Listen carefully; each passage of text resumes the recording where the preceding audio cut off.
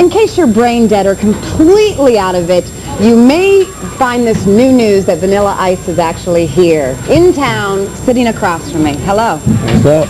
Welcome. Thank you. Now, what do I call you? Do I call you Vanilla, or do I call you... Ice. Just Ice? Yep, okay. Yep. All right, Ice. Now, I read your book last night, in fact, Ice by Ice. Did you find it difficult to write it? No, it's easy. Yeah? Yeah, well, you know, there's some things I couldn't remember very well, like a long time ago, Yeah. but my mother helped me, you know, remember a lot of that. That's But good. it's Did you great. have any other help on it? Oh, no.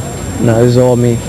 Was it something that you've always wanted to do, and it was because of the great album sales you were able to do it, or was it an idea that came after the album? know, well, there's been so many stories written about me, and you know, I wouldn't know what to believe, to be honest with you. So, I put out, the truth, and that's what it is, the truth. And you know, because there's a lot of people out there that think they know me, or want to write what they want to write about me, or just to sell their newspaper or magazine or whatever.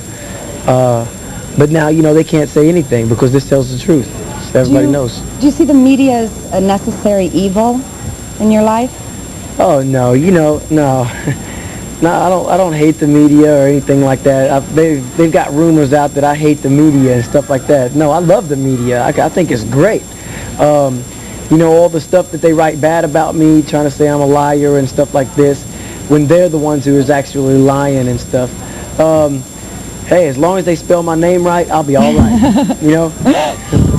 Now, let's talk about your name. That was something that I found interesting that was in the book, that it was first MC Vanilla and then became Vanilla Ice, largely due to Tommy, your manager. No?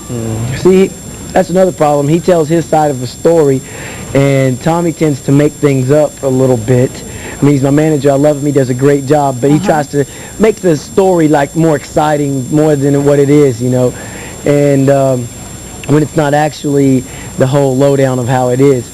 But it was, Ice came on because of my friends. I spit some rhymes to them, and they said, "Yo, Vanilla, that was smooth as ice, man." And I was like, "Oh yeah, smooth as ice, Vanilla Ice." Kind of came, it's just kind of one of those deals, just like any nickname would really start.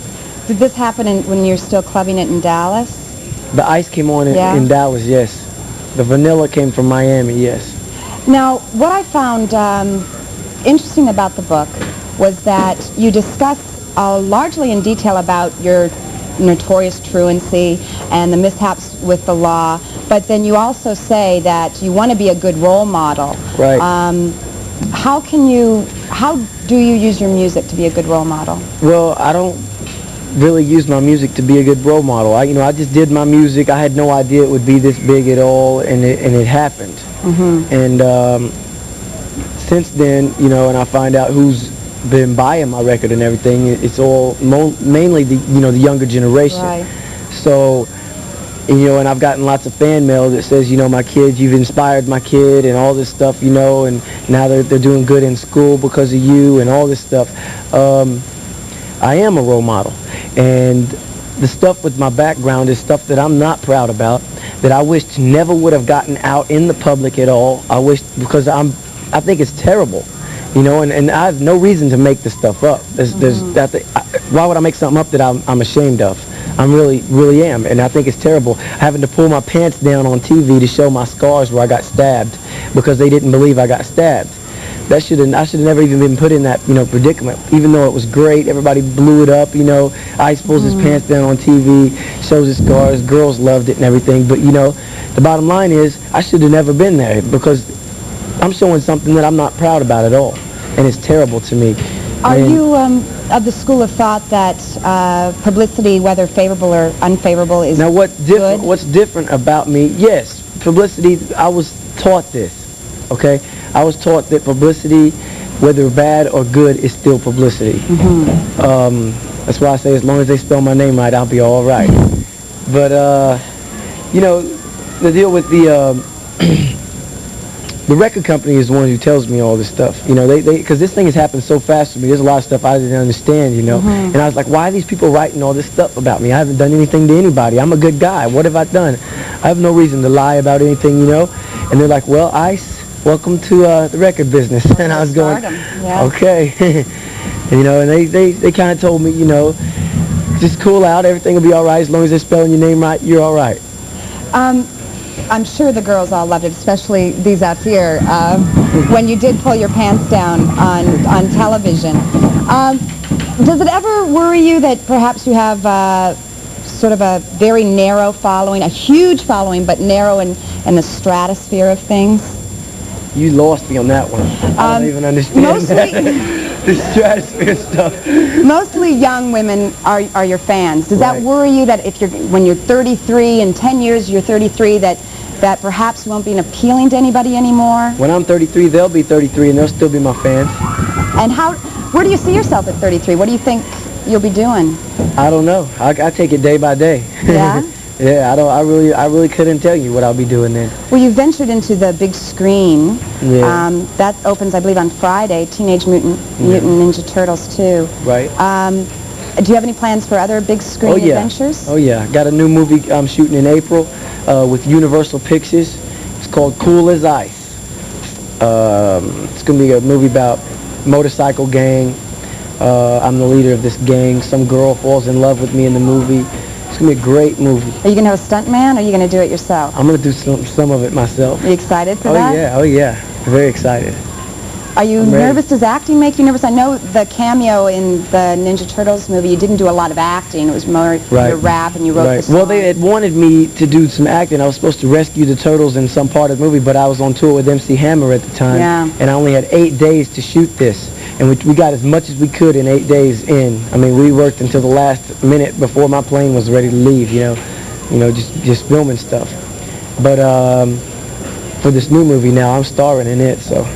Does it make you nervous? You know, I told them, I said, hey, I don't know how to act.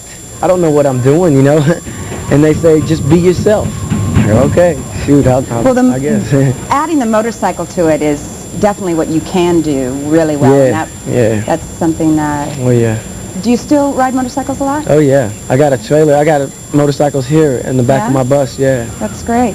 Why don't we see your first video, Ice Ice Baby? Oh, yeah. And we'll come back and talk some more. Cool. All right. I'm with it.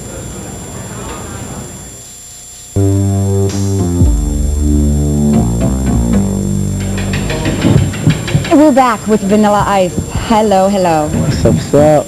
So we talked about your new movie coming out. Let's talk about Ice Capades. Is that going to be the title? Maybe, maybe not. Yeah? We don't really know yet. I personally don't like it. Oh, you don't? No. It was kind of Charles's idea. I liked it at first, but then I you know, it's kind of like on that Dorothy Hamill tip, soft tip. You know what I'm saying? I need something a little bit more raw. Yeah. It might be changed. Don't be surprised if it gets changed. And the big buzz is Satisfaction is going to be on that album. Yeah, but the main deal is there is an album coming out, and it is a live album, and it is completed, and it'll be out real soon. And it's slamming. Got a song on there called Rollin' in My 5.0. Got a song on there called I Like It. Another one called Road to My Riches. Got a deal in there about Arsenio Hall. And oh, really? That's great. Now... It says... talk show host try to give me a joke, but that's okay. I'm selling records anyway. Was it hard to be on Arsenio?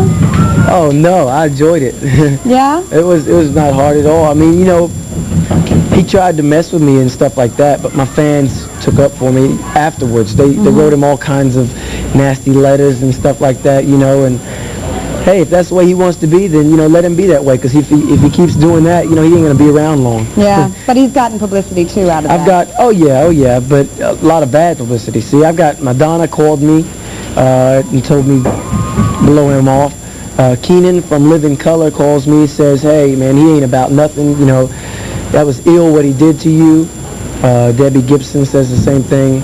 A lot of people, even Hammer says it, you know, it's ill. Let's talk about Hammer now. He gave you a big break in that you opened for his tour last summer, and it was wonderful for your album that it escalated, and you just found yourself too busy to commit to the whole tour, which is really a blessing for your career. Now, his themes in rap are really socio-political. He talks about religion and the streets, and yours aren't. He really doesn't talk about much of anything. I really can't understand his lyrics. I mean, I'm not downing him or nothing. It's great stuff. His is more like, you know, pump it, or go, go, go, go, go. You know, it's not, doesn't have much of a story behind it. I've sat there and listened to it. There's not really much of a story, you know. The hook, that's why we pray. Pray. That's a good like, one, but you know. The themes, even though he repeats them perhaps and doesn't make it narrative, like a story, are dealing with more deep themes than your music is. Is this new album going deeper because now you know when you said you made To the Extreme and wrote those songs, you didn't know who you were going to appeal to, and now that you see who you're going to appeal to, you are conscious my stuff of being a is role model. more streetish than Hammer's. Hammer is more mainstream than I am. When you listen to it, I mean, his stuff doesn't have as raw stuff as mine has in it. You know, I got Gauge 9, Shade with the Gauge, Vanilla with the 9, Ready for the Chumps on the Wall, 8-ball. Gauge is a 12-gauge shotgun, 9mm gun, Gauge, 8-ball drugs. You know what 8-ball is? Yeah. It's cocaine, but it's talking bad about them. It's talking ill against them. So, you know, it's letting them know that it's not cool to do these things. Right. I'm just letting, you know, everybody know that these things do go on. Well, I want to thank you very much for coming by. Yep. And that you'll be playing tonight, and good luck with that. Thank you. And play that funky music. Oh, yeah. Yo, Vanilla, kick it.